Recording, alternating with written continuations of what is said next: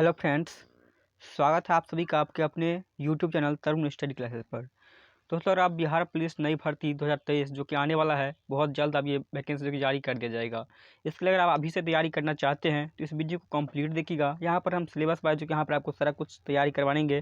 तो यहाँ पर नए सिलेबस के अकॉर्डिंग जो भी यहाँ पर सिलेबस में दिया गया है उसके अकॉर्डिंग आपको तैयारी करवाया जाएगा। जो डेली आपको यहाँ पर यूट्यूब पर जो कि लाइव क्लास चल रहा है, यहाँ पर रिकॉर्डेड क्लास जो कि मिलेगा। अभी यहाँ पर आपको रिकॉर्डेड क्लास मिल रहा है, बहुत जल्द जो कि आपको लाइव क्लास भी मिलेगा। तो अगर आप बिहार पुलिस या बिहार दरोगा की तैयारी कर रहे हैं तो अभी इस चैनल को सब्सक्राइब कर लीजिएगा।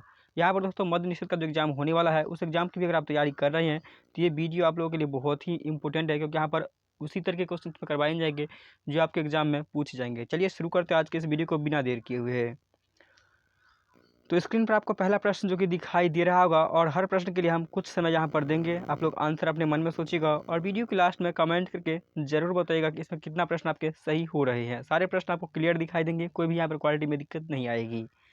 तो पहला प्रश्न जो कि आपके सामने यहाँ पर दिखाई दे रहा है, क्वेश्चन बहुत ही आसान है। पहला प्रश्न कि भारत नाम की उत्पत्ति का संबंध प्राचीन काल के किस प्रतापी राजा से है। चार ऑप्शन आपको दिखाई दे रहा है, इसमें सिर्फ एक जो कि सही आंसर है वही आंसर आपको कमेंट करके बताना है। इसका करेक्ट आंसर जो कि यहाँ पर ऑप्शन नंबर सी हो जाएगा, भरत चक्रवर्ती। ऑप्शन नंबर सी जो कि इसका करेक्ट आंसर हो जाएगा क्वेश्चन नंबर 1 के लिए। चलिए अगला प्रश्न देखते हैं, क्वेश्चन नंबर 2। क्वेश्चन नंबर 2 जो कि आपके सामने यहाँ पर दिखाई दे रहा है कि भारत का सबसे बड़ा शहर कौन सा है। काफ़ी इंपॉर्टेंट है दोस्तों क्वेश्चन, और ऐसे क्वेश्चन में बहुत गलती होने के चांसेस बढ़ जाते हैं कि भारत का सबसे बड़ा शहर कौन सा, ना उसको यहाँ पर राज्य का नाम, यहाँ पर केवल शहर के बारे में पूछा गया है। दोस्तों याद रखिएगा, भारत का सबसे बड़ा शहर कौन सा है तो वो मुंबई हो जाएगा। और यहाँ पर बड़ा क्यों हो जाएगा तो इसके लिए मैं बताता हूँ। अगर आप यहाँ पर जैसे अगर बड़ा के बारे में पूछे तो आप समझ जाइएगा कि जनसंख्या के बारे में पूछ रहा है, कि जनसंख्या के बारे में यहाँ पर देखिए मुंबई सबसे बड़ा है। याद रखिएगा, जनसंख्या के बारे में सबसे बड़ा शहर कौन सा है, मुंबई। और क्षेत्रफल के बारे में अगर पूछे तब यहाँ पर आप दिल्ली आंसर लगाइएगा। क्षेत्रफल के अनुसार जो कि दिल्ली हो जाएगा। इसका जो कि क्षेत्रफल कितना है मुंबई का, तो मुंबई का क्षेत्रफल जो कि यहाँ पर याद रखिएगा कि 603.4 वर्ग किलोमीटर है। यहाँ पर थोड़ा दोस्तों दिक्कत हो रहा है, आपको समझ में आ रहा होगा। 603.4 किलोमीटर स्क्वायर है, याद रखिएगा।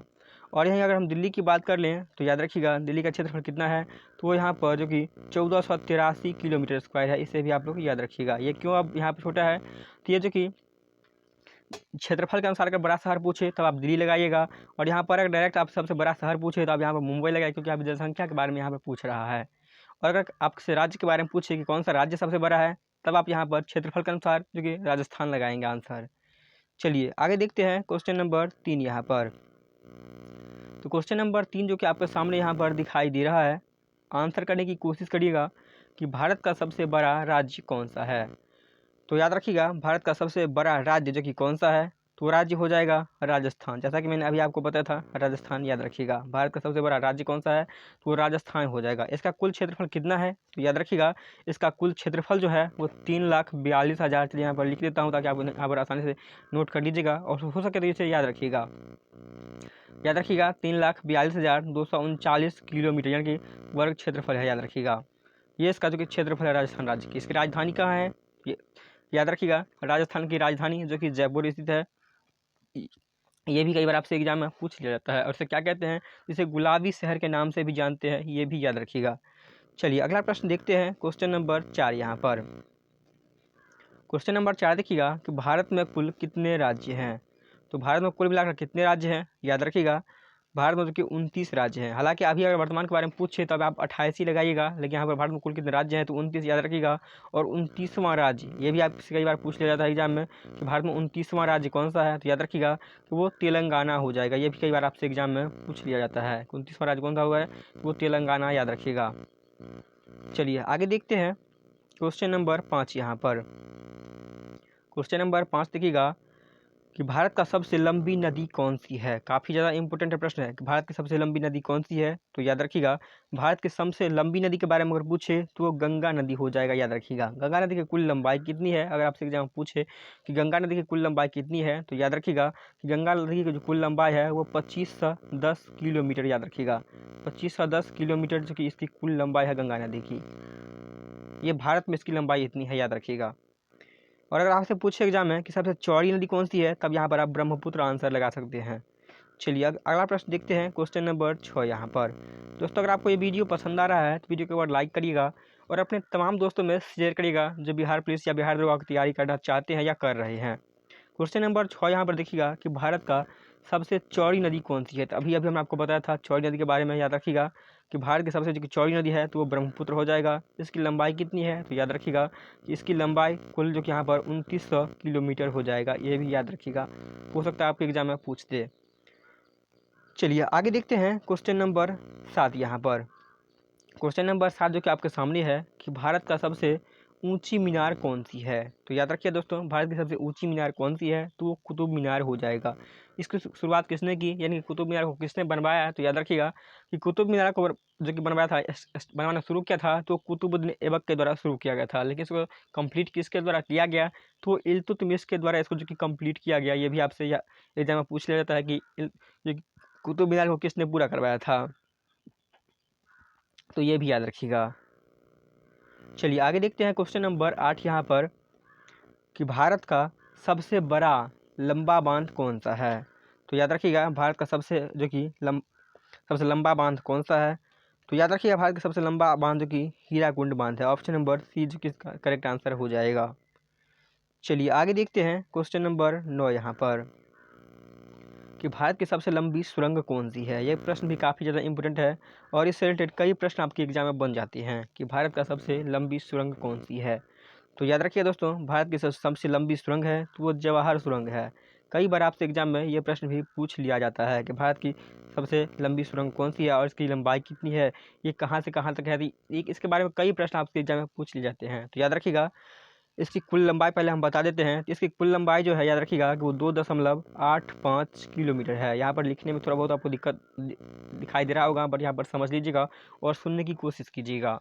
इसकी शुरुआत कब हुई तो याद रखिए दोस्तों, इसकी शुरुआत यानी कि ये पुल जो बनना जवाहर सुरंग 1954 में शुरू हुआ था, बट ये कंप्लीट कब हुआ कि ये 1956 यानी कि 2 साल में ये पूरा कंप्लीट हुआ था। और ये कहाँ से कहाँ तक है याद रखिएगा, ये जो जम्मू से श्रीनगर, याद रखिएगा ये कहाँ से कहाँ तक रास्ता को जोड़ती है तो जम्मू से लेके और श्रीनगर तक को जो जोड़ती है, याद रखिएगा। चलिए अगला प्रश्न देखते हैं क्वेश्चन नंबर 10 यहाँ पर। क्वेश्चन नंबर 10 आपके सामने है कि भारत का सबसे ऊंची मूर्ति कौन सी है। तो याद रखिएगा भारत की सबसे ऊंची मूर्ति जो कि कौन सी है तो ये जो कि गोमतेश्वर की मूर्ति हो जाएगा। ऑप्शन नंबर डी इसका करेक्ट आंसर हो जाएगा। चलिए आगे देखते हैं क्वेश्चन नंबर 11 यहाँ पर। क्वेश्चन नंबर 11 यहाँ पर देखिएगा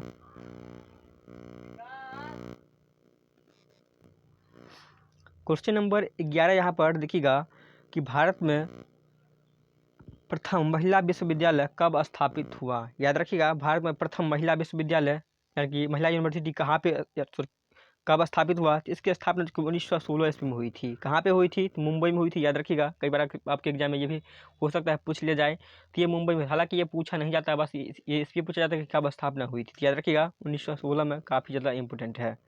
चलिए आगे देखते हैं क्वेश्चन नंबर 12 यहाँ पर। क्वेश्चन नंबर 12 यहाँ पर देखिएगा जो कि आपके सामने यहाँ पर दिखाई दे रहा है कि भारत का प्रथम महिला विश्वविद्यालय कौन सा है। तो याद रखिएगा भारत का प्रथम महिला विश्वविद्यालय कौन सा है तो इसका करेक्ट आंसर जो ऑप्शन नंबर बी हो जाएगा। यहाँ पर याद रखिएगा SNDT महिला विश्वविद्यालय, ऑप्शन नंबर बी जो कि इसका करेक्ट आंसर हो जाएगा क्वेश्चन नंबर 12 के लिए।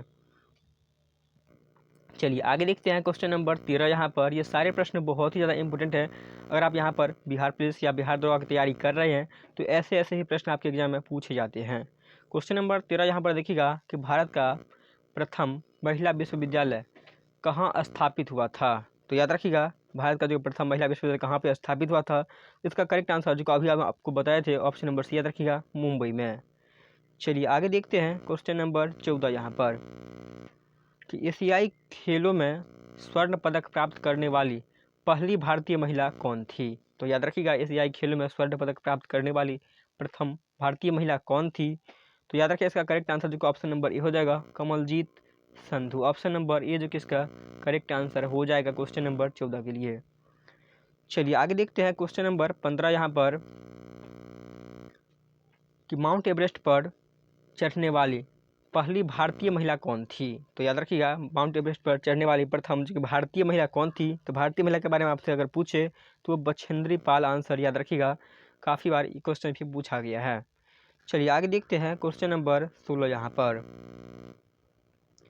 कि भारत के प्रथम महिला आईपीएस कौन थी। ये जो क्वेश्चन लगभग आप सभी लोगों को पता होगा, तो याद रखिएगा इसका correct answer option number B हो जाएगा किरण बेदी, जो कि प्रथम महिला आईपीएस बनी थी। याद रखिएगा वो भी भारत की प्रथम महिला थी। चलिए आगे देखते हैं क्वेश्चन नंबर 17 यहाँ पर कि भारत की प्रथम महिला राज्यपाल कौन थी।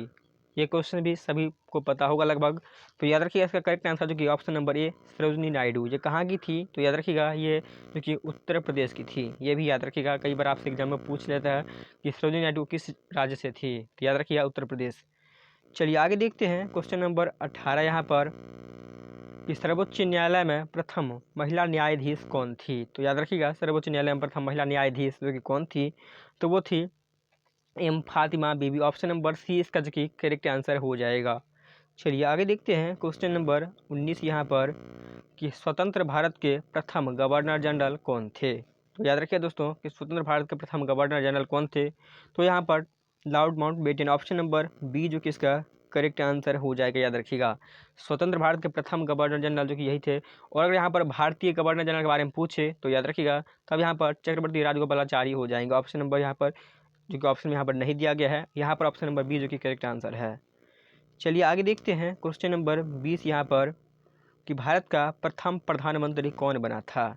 तो याद रखिएगा भारत का प्रथम प्रधानमंत्री कौन बना था, तो वो बने थे Jawaharlal Nehru. Option number A जो कि इसका करेक्ट आंसर हो जाएगा। नेक्स्ट यहाँ पर देखिए क्वेश्चन नंबर 21 यहाँ पर कि जवाहरलाल नेहरू भारत के प्रथम प्रधानमंत्री कब बने थे।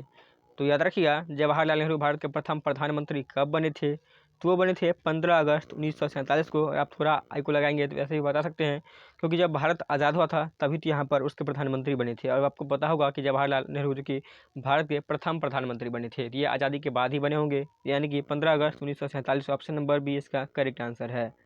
चलिए आगे देखिए क्वेश्चन नंबर 22 यहाँ पर।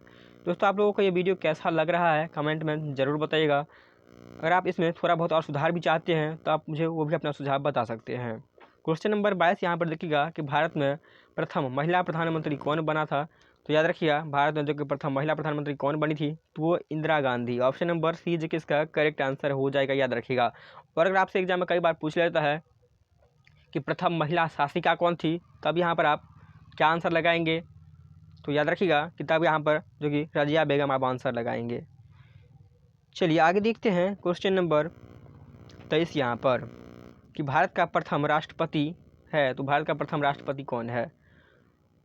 तो याद रखिएगा भारत का जो कि प्रथम राष्ट्रपति आप सभी को पता होगा कि डॉक्टर राजेंद्र प्रसाद थे। राष्ट्रपति बनने के लिए न्यूनतम आयु क्या होनी चाहिए, तो याद रखिएगा वो 35 वर्ष होनी चाहिए। ये भी आपसे एग्जाम में कई बार पूछ लिया जाता है कि राष्ट्रपति बनने के लिए जो कि एज कितनी होनी चाहिए, तो न्यूनतम जो कि 35 वर्ष होनी चाहिए। ये भी आपको एग्जाम में पूछा जाता है।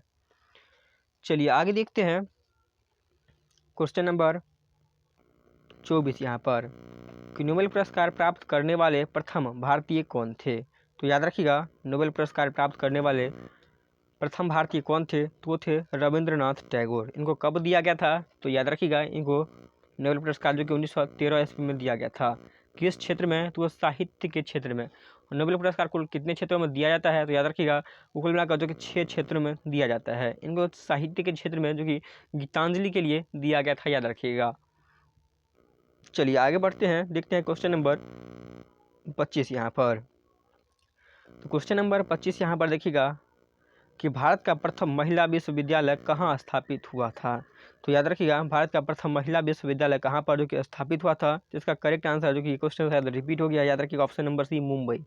चलिए आगे देखते हैं क्वेश्चन नंबर 26 यहाँ पर कि एशियाई खेलों में स्वर्ण पदक प्राप्त करने वाली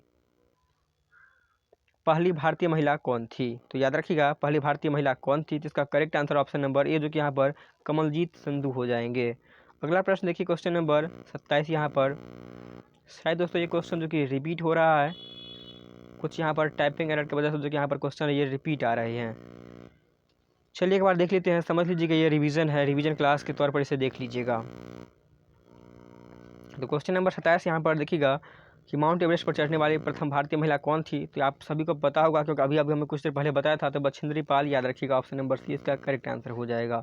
आगे देखिए क्वेश्चन नंबर 28 यहाँ पर कि भारत की प्रथम महिला IPS कौन बनी है? तो आप सभी को पता होगा, ऑप्शन नंबर बी यहाँ पर याद रखिएगा, Kiran Bedi. Option number B जो कि इसका करेक्ट आंसर हो जाएगा।